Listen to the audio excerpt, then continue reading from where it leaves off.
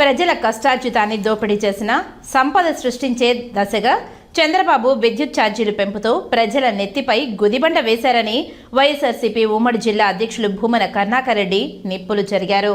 ప్రజా సమస్యలపై వైఎస్ఆర్సీపీ పోరుబాట కరెంటు ఛార్జీలు మోతపై నిరసన కార్యక్రమంలో భాగంగా తిరుపతిలోని ఏపీ ఎస్పీడీసీఎల్ కార్యాలయం ఎదుట ఉమ్మడి జిల్లాల అధ్యక్షులు భూమన కరుణాకర్ రెడ్డి ఆధ్వర్యంలో పెద్ద ఎత్తున నిరసనకు దిగారు. MP Gurumurthy, MLC Sipai Subrahmanyam, mayor doctor Sirisha, Tirupati YCP సమన్వయకర్త భూమన అభినయ్ రెడ్డి కార్యకర్తలతో కలిసి పద్మావతిపురంలోని భూమన నివాసం నుంచి ర్యాలీగా బయలుదేరి ఏపీ ఎస్పీడీసీఎల్ కార్యాలయంకి చేరుకున్నారు.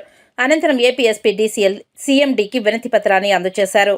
ముఖ్యమంత్రి చంద్రబాబు నాయుడు గారు తన ఎన్నికల ప్రచారంలో పెద్ద ఎత్తున ప్రజలకు వాగ్దానం చేసి అందులో ప్రధానంగా ప్రజలు మాకు ఓట్లు వేస్తే జగన్మోహన్ రెడ్డి గారి లాగా కాకుండా మేము విద్యుత్తు ఛార్జీల భారం పెంచము, వీలుంటే కాదు తప్పనిసరిగా తగ్గిస్తాము, మా పాలనలో ఏ రకమైనటువంటి భారము పడదు, ప్రతి ఇంటికి సోలారు ఉత్పత్తి ప్లాంటులనే ఏర్పాటు చేసి ప్రతి ఇంటి వ్యక్తి అంటే వినియోగదారులే విద్యుత్తును అమ్మేటట్టుగా చేస్తాము అని ఒకసారి కాదు కొన్ని వందల సార్లు ఆయన ఎన్నికల ప్రచారంలో వాగ్దానం చెయ్యటమే కాకుండా తమ సూపర్ 6 హామీలలో ప్రధానమైనటువంటిది ఈ విద్యుత్తు వినియోగదారుల మీద భారం మోపనని. మా నాయకుడు జగన్మోహన్ రెడ్డి గారు పెద్ద ఎత్తున పెంచామునని మా మీద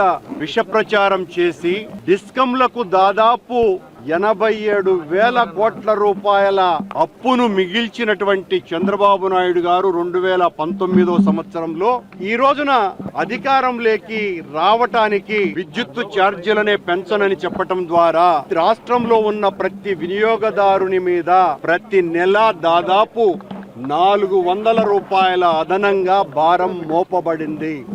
ఈ రోజున మళ్ళీ అదే రూపంలో చంద్రబాబు నాయుడు గారు మళ్ళీ విద్యుత్ ఛార్జీలు పెంచేటువంటి కార్యక్రమాలు చేస్తున్నారు. వినియోగదారులకు, రాష్ట్ర ప్రజలకందరికీ కూడా మేము విజ్ఞప్తి చేస్తున్నాం.